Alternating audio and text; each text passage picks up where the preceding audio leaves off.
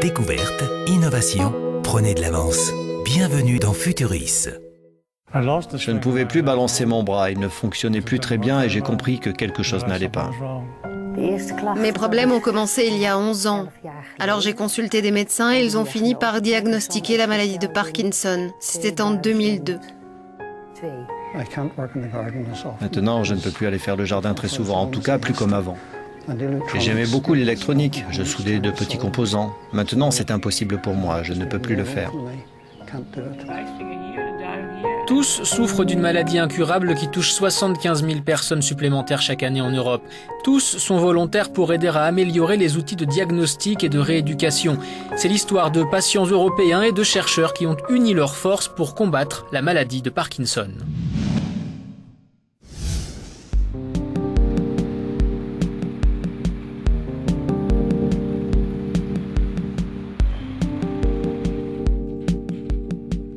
Une expérience inhabituelle est conduite dans cet hôpital néerlandais avec une patiente de 68 ans.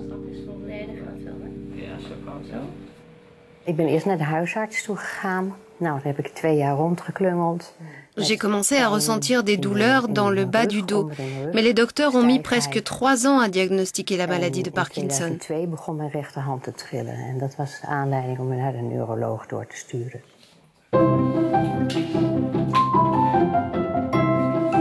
Ce diagnostic tardif et difficile l'a poussée, elle, mais aussi d'autres volontaires atteints de Parkinson ou en bonne santé, à participer à des essais précliniques pour tester un stylo révolutionnaire. On mesure l'activité musculaire afin de voir ce qui se passe dans les muscles quand les volontaires bougent leurs bras pour reproduire les dessins. Les dessins des sujets en bonne santé et des malades sont comparés. Les scientifiques estiment que ces schémas d'écriture peuvent les aider à déterminer si un patient est atteint de la maladie de Parkinson ou de troubles neurologiques différents, moins dramatiques. Nous mettons en évidence des différences très nettes entre les évaluations de sujets en bonne santé et des patients atteints de la maladie de Parkinson. D'un côté, nous nous attendions à de telles différences. Par exemple, les malades de Parkinson sont plus lents pour accomplir toutes les tâches. Mais il y a des différences que nous attendions un peu moins. Par exemple, dans les exercices d'écriture, nous avons découvert que les malades de Parkinson écrivent beaucoup plus petit que les personnes en bonne santé, même s'ils ne s'en plaignent pas. Donc cela en particulier peut constituer un outil précis de diagnostic. Le stylo a été développé par des scientifiques dans le cadre d'un projet de recherche de l'Union européenne. Le prototype embarque des capteurs sensoriels qui aident à comprendre les très complexes processus de coordination du système nerveux pendant l'activité d'écriture.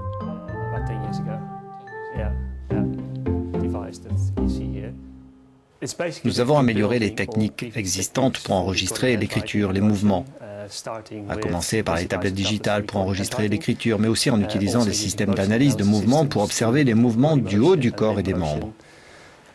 Ensuite, nous avons élaboré ce stylo avec ses différents capteurs et ses techniques d'analyse de données. Nous avons mis au point des algorithmes qui analysent automatiquement le mouvement, le contrôle derrière ce mouvement au niveau des systèmes nerveux des utilisateurs. Étape suivante des essais précliniques, comparer les schémas d'écriture des sujets atteints de Parkinson et de ceux souffrant d'autres troubles du mouvement. Le diagnostic précoce est crucial pour mieux conseiller, suivre et rééduquer les patients. Si les recherches aboutissent, j'aimerais qu'on arrive à avoir un outil facile à utiliser et qui, en l'espace de 10 ou 15 minutes, vous donne un profil avec une probabilité de diagnostic. Je ne crois pas qu'on pourra dire avec certitude qu'il s'agit de Parkinson, ce n'est pas possible. Mais on pourrait dire, c'est un patient qui devrait être vu par un neurologue expérimenté.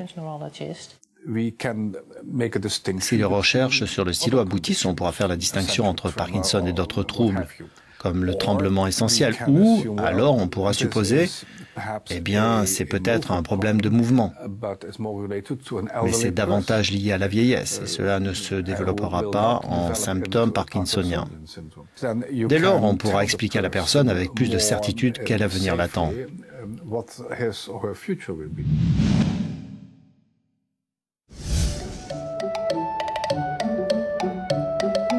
En parallèle, à Belfast, des chercheurs travaillent au développement de nouveaux outils de rééducation basés sur la stimulation sensorielle. Première étape, déterminer si et comment les mouvements des malades peuvent être améliorés avec une sorte de déclic dans leur environnement.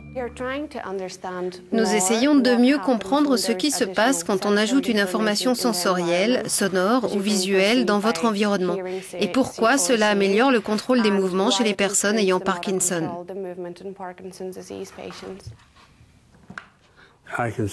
J'en ressens les bénéfices rien que pour mon swing au golf. Il s'est nettement amélioré. Jim, how are you? John. There's going to be a large tree that's going to be covered in apples, and the apples are. Les chercheurs ont également développé des jeux vidéo sur mesure sur des plateformes grand public, des jeux qui permettent aux malades d'améliorer leur équilibre et leur mobilité en général. Nous cherchons à comprendre comment le cerveau utilise les informations perceptibles pour guider ses actions. Par exemple, dans le jeu derrière moi, on voit des pommes tomber d'un arbre. C'est une information perceptible qui nous dit ce qui est en train de se passer. Et cette information guide les gestes. Les pommes tombent à une certaine vitesse et les joueurs doivent contrôler le déplacement du panier pour que les pommes tombent dedans.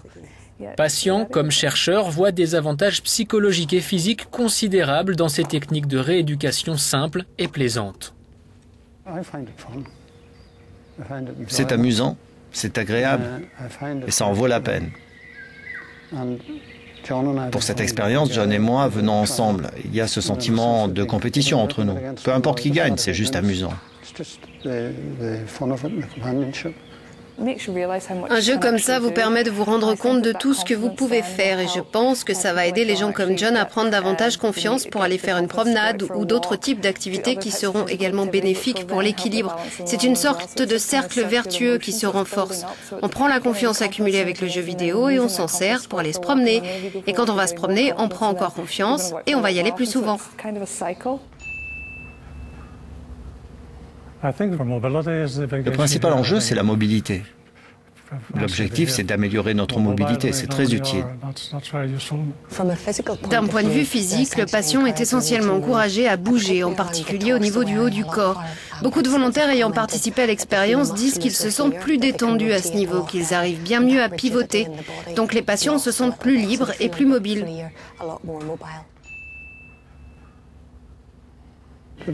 C'est génial. Ça a fait une grosse différence pour moi parce que c'est de l'exercice en s'amusant.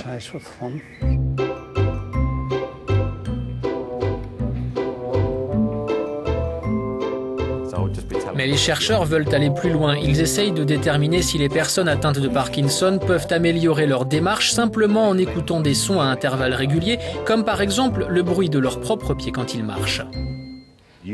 Avec ces repères réfléchissants, on obtient des informations très précises sur la manière qu'ont les gens de réguler le timing de leur marche. Avec Parkinson, les patients tendent à traîner les pieds. Et comme on peut mesurer la longueur des pas, on peut essayer d'aider les gens à allonger leurs pas pour marcher plus efficacement.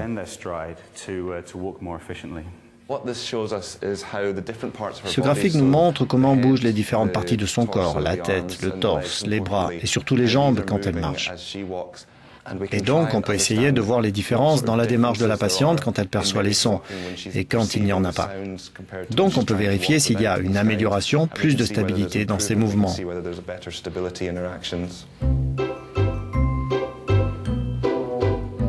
Scientifiques et volontaires espèrent que ces recherches aboutiront à des traitements rééducatifs plus simples et plus efficaces dans un avenir proche.